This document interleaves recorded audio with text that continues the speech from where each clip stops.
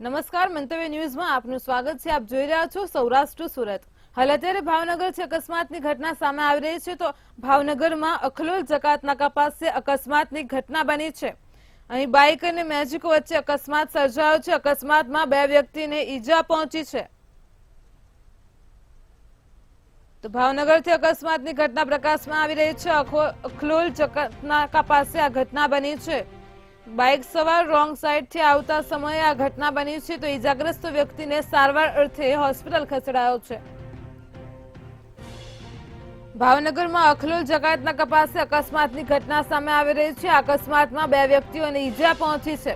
તો હાલ ઈજાગ્રસ્ત વ્યક્તિઓને સારવાર અર્થે હોસ્પિટલ ખસેડાયા છે. બાઇક સવાર રોંગ સાઈડથી આવતા સમયે આ ઘટના બની છે.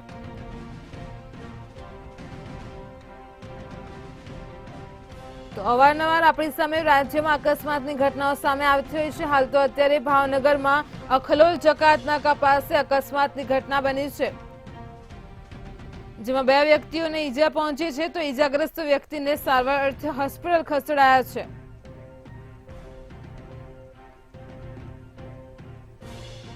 તો અહીં બાઇક અને મેજિકો વચ્ચે અકસ્માત સર્જાયો છે. બાઇક સવાર રોંગ સાઈડથી આવતા સમયે આ ઘટના બની છે.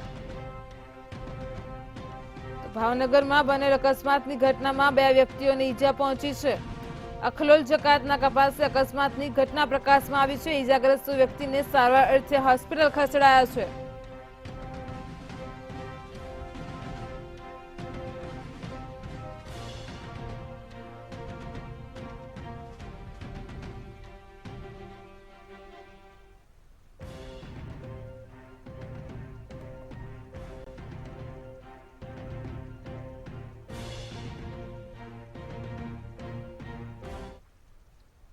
અમરેલીમાં હાલ અત્યારે દીપડાએ મહિલા પર હુમલો કર્યો છે, જેને લઈને બ્રેકિંગ ન્યૂઝ સામે આવી રહ્યા છે. તો ફરી એકવાર દીપડાએ હુમલો કર્યો છે તેવા સમાચાર સામે આવી રહ્યા છે. એક મહિલા ઉપર હુમલો થયો છે. વાવડી ગામે દીપડાએ મહિલા ઉપર હુમલો કર્યો છે. તો મહિલાએ પુત્રને બચાવવા જતા દીપડાએ તેના પર હુમલો કર્યો છે. ખેતરમાં કામ કરતા હતા અને તે દરમિયાન ઘટના બની છે. પુત્રને બચાવતા માતાને દીપડાએ હાથમાં ઈજા કરી છે. મહિલાને સારવાર અર્થે સિવિલ હોસ્પિટલ ખસેડાઈ છે. ખેતરમાં 3 દીપડા હોવાની વન વિભાગને જાણ કરી છે. તો થોડા દિવસે ખેતરોમાં દીપડાના હુમલાથી હવે ખેડૂતોમાં પણ ભયનો માહોલ જોવા મળ્યો છે. અહીં અમરેલીમાં વાવડી ગામે દીપડા એક મહિલા ઉપર હુમલો કર્યો છે. ખેતરમાં કામ કરતા સમયે આ ઘટના બની છે. મહિલા તેના પુત્રને બચાવવા જતા દીપડાએ મહિલાને હાથ ઉપર ઈજા કરી છે. પુત્રને બચાવવા જતા માતા ઉપર દીપડાએ હુમલો કર્યો છે. તો મહિલાને સારવાર અર્થે સિવિલ હોસ્પિટલ ખસેડાઈ છે. થોડા દિવસે હવે ખેતરોમાં દીપડાના હુમલાથી ખેડૂતોમાં ભયનો માહોલ જોવા મળ્યો છે. તો ખેતરમાં 3 દીપડા હોવાની વન વિભાગને જાણ કરી છે.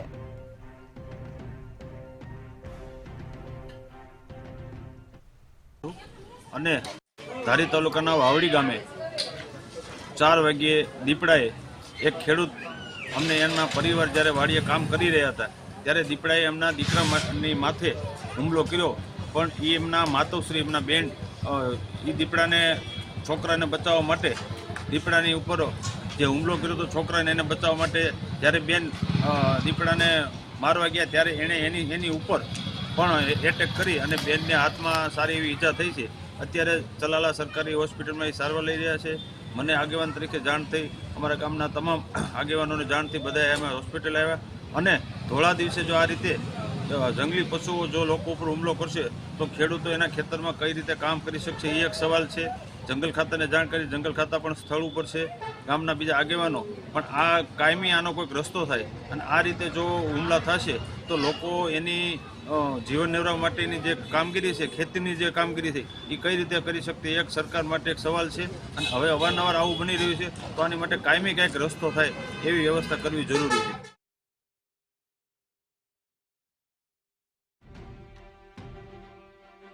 તો અમરેલીના વાવડી ગામથી ઘટના સામે આવી રહી છે. ખેતરમાં કામ કરતા સમયે આ ઘટના બની છે.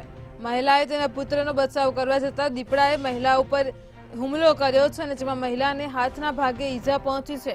હાલ તો મહિલાને સારવાર હેઠળ સિવિલ હોસ્પિટલ ખસેડાઈ છે. ગામ શું કહેશો?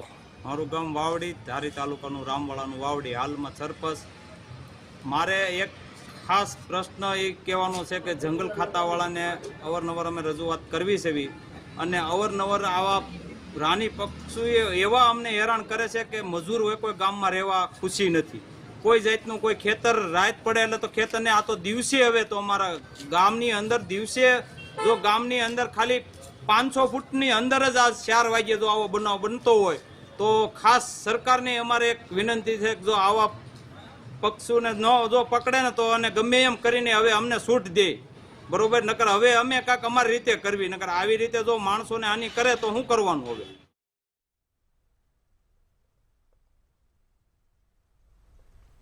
વડાપ્રધાન નરેન્દ્ર મોદીના હસ્તે વિડીયો કોન્ફરન્સના માધ્યમથી 551 સ્ટેશનના નવીનીકરણ અને 1500 રોડ ઓવરબ્રિજ અને અંડરપાસનું શિલાન્યાસ અને ઉદ્ઘાટન કરાયું છે, જેમાં રાજકોટ રેલવે ડિવિઝનના 12 સ્ટેશનના પુનઃ વિકાસનું પણ શિલાન્યાસ કરાયું છે. તો 11 રોડ ઓવરબ્રિજ અને અંડરપાસનું શિલાન્યાસ અને 9 રોડ અંડરપાસનું ઉદ્ઘાટન વડાપ્રધાનના હસ્તે કરવામાં આવ્યું હતું. રાજકોટ ડિવિઝનના 12 સ્ટેશનનું નવીનીકરણ કરવામાં આવશે, જેમાં રાજકોટ, જામનગર, મોરબી સહિતના ઓખા સ્ટેશનનો સમાવેશ થાય છે. ત્યારે આ તમામ સ્ટેશનના પુનઃ વિકાસનો કુલ ખર્ચ આશરે 181.42 કરોડ છે.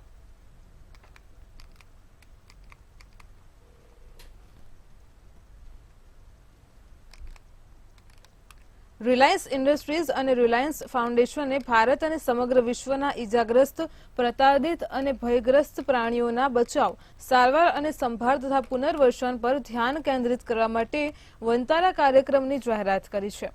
તો વનતારા પહેલની પરિકલ્પથી અહીં RIL અને રિલાયન્સ ફાઉન્ડેશન બોર્ડના ડાયરેક્ટર અનંત અંબાણીના પ્રખર નેતૃત્વ હેઠળ તે કરવામાં આવી છે. ત્યારે વનતારા હેઠળ પ્રાણી સંભાળ અને કલ્યાણના અગ્રણી નિષ્ણાંતો સાથે કામ કરીને બચાવ કરેલા પ્રાણીઓ સુખેથી રહી શકે તે માટે જામનગર રિફાઇનરી સંકુલમાં 3000 એકરની વિશાળ જગ્યાને જંગલ સાથે સામ્યતા ધરાવતા કુદરતી સમુદ્ર, હરિયાળા અને લીલાછમ રહેઠાણમાં રૂપાંતરિત કરી છે. તો આ પ્રસંગે અનંત અંબાણીએ જણાવ્યું હતું કે ખૂબ જ નાની ઉંમરે મારા માટે પેશન તરીકે જે કાર્ય શરૂ થયું તે હવે વનતારા અને અમારી તેજસ્વી ટીમ સાથે એક મિશન બની ગયું છે. અમે ભારતીય મૂળની ગંભીર રીતે લુપ્તપ્રાય પ્રજાતિઓના રક્ષણ પર ધ્યાન કેન્દ્રિત કર્યું છે.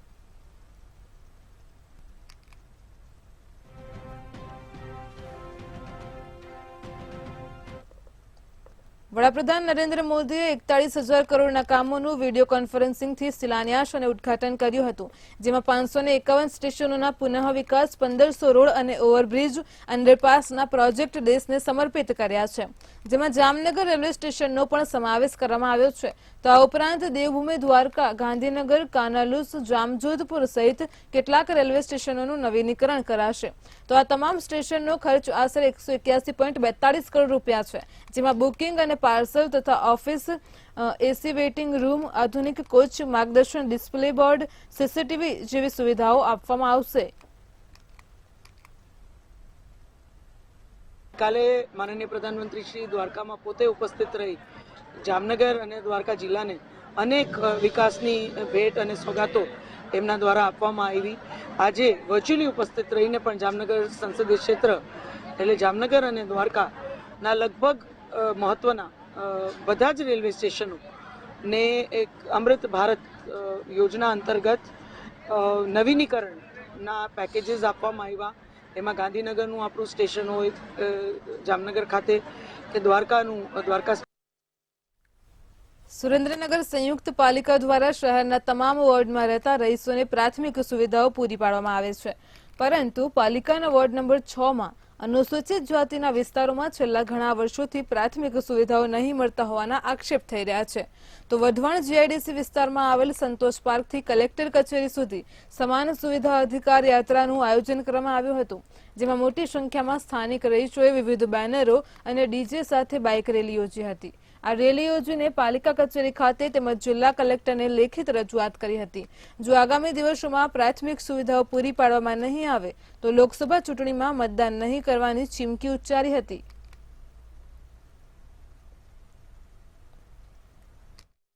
વોર્ડ નંબર 6 વર્ષોથી અહીંયા રોડ, રસ્તા, પાણી, ગટર, પ્રાથમિક શાળા, આંગણવાડી અને આ તમામ પ્રકારની જે પ્રાથમિક સુવિધાઓ મળવી જોઈએ એનો સદંતર અભાવ છે.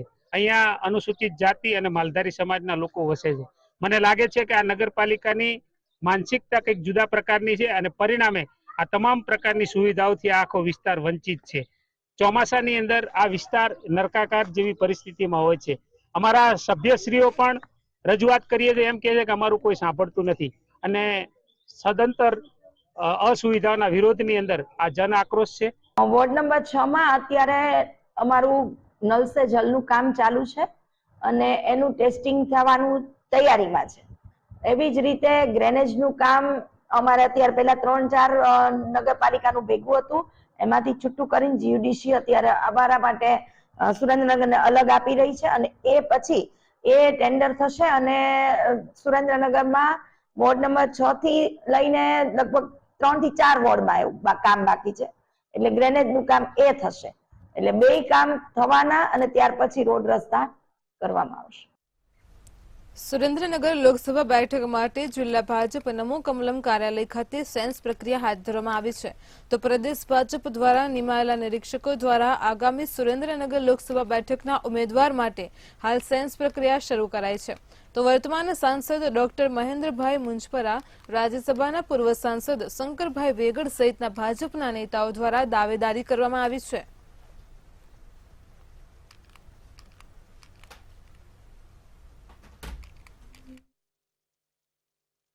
આગામી લોકસભાની ચૂંટણી નિમિત્તે આજે ગુજરાત ભારતીય જનતા પાર્ટીમાંથી 3 આગેવાનો સેન્સ પ્રક્રિયા લેવા માટે આવ્યા છે અને દરેક જે ટિકિટ વાંચુઓ છે એને શાંતિથી સાંભળી રહ્યા છે અને ટિકિટ વાંચુઓ પણ ખૂબ સહકાર આપ્યા છે.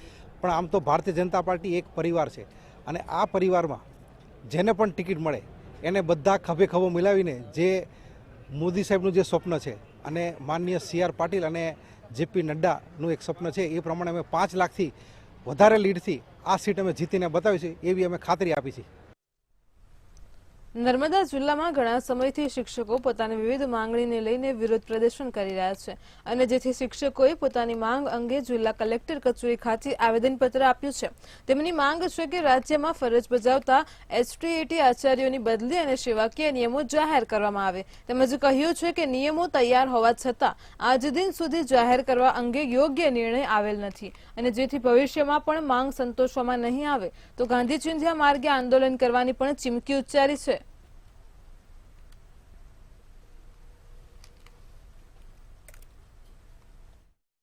2012 થી 2018 સુધી પરીક્ષાઓ લઈ અને નિમણૂક કરી.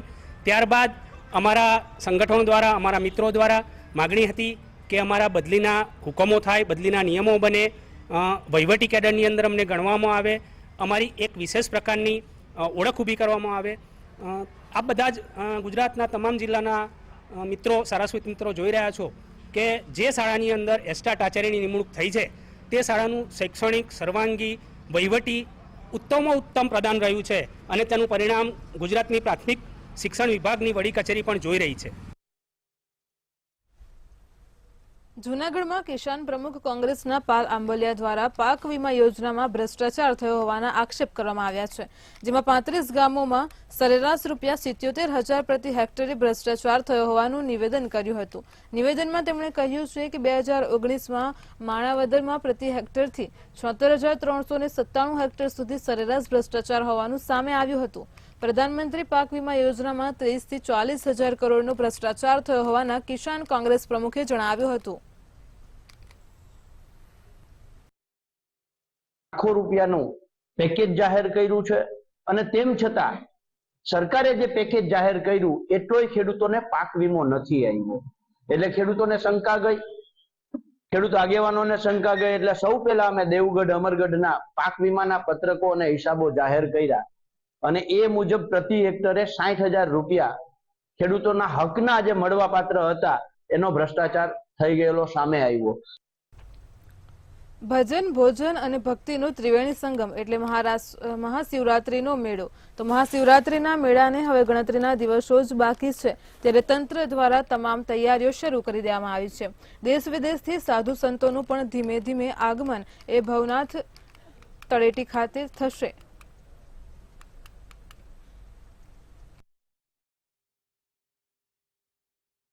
હર મહાદેવ. આખા ભારત વર્ષમાં આમ તો શિવરાત્રિની ખૂબ સારી ઉજવણીઓ થતી હોય છે, ખૂબ સારું પર્વ ઉજવાતું હોય છે, પરંતુ આખા ભારત વર્ષમાં સૌથી શ્રેષ્ઠ અને ભવ્ય શિવરાત્રિ કંઈ થતી હોય તો એ જૂનાગઢની, ગુજરાતની જૂનાગઢની શિવરાત્રિ છે.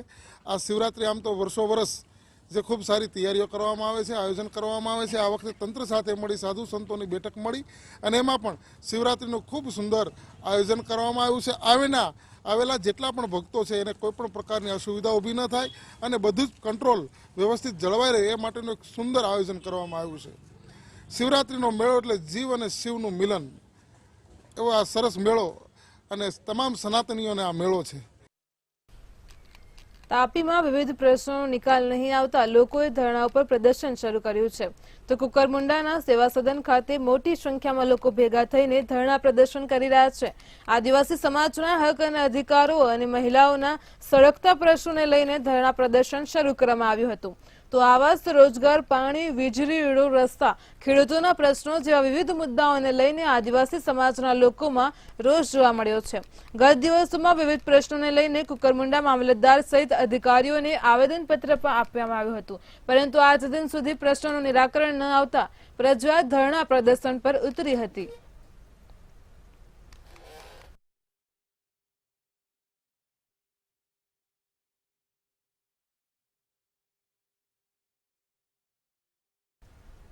સુરતના કોસંબા પોલીસ સ્ટેશનની હદમાં આવેલા મોટા બોરસરા ગામની સીમમાં જુગારીઓને પોલીસે ઝડપી પાડ્યા હતા.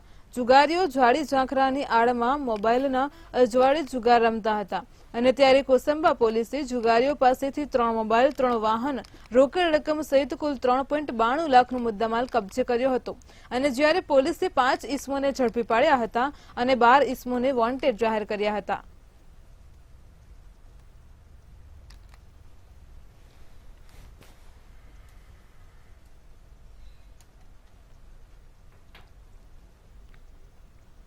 દેશના યશસ્વી વડાપ્રધાન નરેન્દ્ર મોદી રાજ્યના 554 જેટલા રેલવે સ્ટેશનને આદર્શ સ્ટેશન બનાવવા માટે પહેલ કરી છે.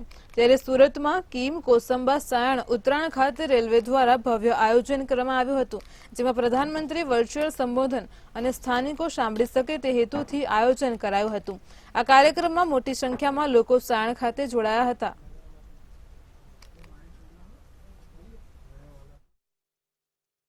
યોજના હેઠળ 554 રેલવે સ્ટેશનોનું શિલાન્યાસ થવા જઈ રહ્યું છે તથા 1500 અંડર ઓવરબ્રિજ પાસનું આજે શિલાન્યાસ થવા જઈ રહ્યું છે. આ એક રાષ્ટ્રને ભેટ માનનીય આપણા યશસ્વી વડાપ્રધાન શ્રી નરેન્દ્રભાઈ મોદી દ્વારા આપવામાં આવી રહેલી છે અને તેમાં અમારો સાયણ ગામનો પણ સમાવેશ થઈ રહ્યો છે. અમારા સાયણ ગામને 31.54 લાખનો ફાળવણી કરી આધુનિક સુવિધાયુક્ત રેલવે સ્ટેશન આજે મળી રહ્યું છે. એ માટે હું માનનીય શ્રી વડાપ્રધાન નરેન્દ્રભાઈ મોદી સાહેબ, કેન્દ્રીય મંત્રી શ્રી દર્શનાબેન જરદોશ, રાજ્યમંત્રી શ્રી મુકેશભાઈ પટેલનો ખૂબ ખૂબ હું મારી સાયણ ગામની જનતા વતી આભાર માનું છું. તથા મારી સાયણની 5000 વસ્તી હતી જે પૂર્વ વિભાગમાં રહેતી હતી. ये टोटल इसकी लागत 41,000 करोड़ के लगभग है और ये राष्ट्र को समर्पित कर रहे हैं अपने हमारे आदरणीय प्रधानमंत्री श्री नरेंद्र मोदी जी. इससे ट्रांसपोर्टेशन में बहुत ज़्यादा देश को फ़ायदा होगा. रेलवे का या ट्रेन की સુરતના હીરા ઉદ્યોગકારોની રજૂઆતને ધ્યાને લઈને ડાયમંડ એસોસિએશને સરકાર પાસે સોનરફની ડ્યુટી ઘટાડવા માટે માંગ કરી છે. તો હકીકત એવી છે કે હીરા ઉદ્યોગકારો દક્ષિણ આફ્રિકા, ઝિમ્બાબ્વે, રશિયા સહિતના દેશો પાસેથી જે પોલિશ ડાયમંડ ઇમ્પોર્ટ કરે છે તેમાં 5% ઇમ્પોર્ટ ડ્યુટી સરકારને આપે છે, પરંતુ સરકાર દ્વારા ઇઝરાયલ જેવા દેશો પાસેથી લેવામાં આવતી કટ એન્ડ પોલિશ્ડ સોનરફ પર પણ 5% ડ્યુટી વસૂલવામાં આવે છે અને જેને ઘટાડીને 0.25% કરવાની માંગ કરવામાં આવી છે. સિટી સુરતમાં એક માંગ ઉઠી છે, ખાસ કરીને જે સોનરફ આવતી હોય છે આ સોનરફમાં ક્યાંક ને ક્યાંક જે અત્યારની ડ્યુટી લેવાય છે તે ડ્યુટી ઘટાડવા માટે માંગ કરવામાં આવી છે. ખાસ કરીને સુરતનો જે હીરા ઉદ્યોગ છે તે રશિયા, દક્ષિણ આફ્રિકા, ઝિમ્બાબ્વે સહિતના દેશોમાંથી જે રફ છે તે ઇમ્પોર્ટ કરે છે.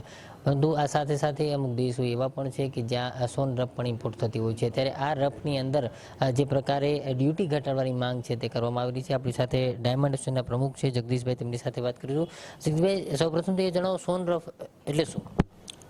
સોન રફ એટલે જે દુનિયાના દેશોમાં નાના નાના યુનિટ ઓફ પોઇન્ટેડ ચાલે છે. પોઇન્ટેડ એટલે કે મતલબ જાડા હીરાના, એનો જે વધારાનો પાર્ટ છે એટલે બાય પ્રોડક્ટ, એને અમારી ભાષામાં અને ત્યાં છોન કહેવામાં. બાકી ખરેખર એ રો મટીરિયલ રફ ડાયમંડ જ છે, એ અલગ છે જ નહીં.